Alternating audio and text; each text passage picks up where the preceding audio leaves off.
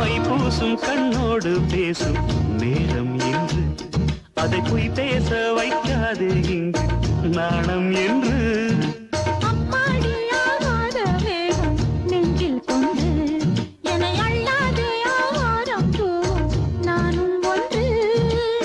கண் வைத்த பின்னாலே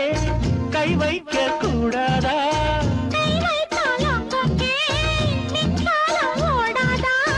என்னென்ன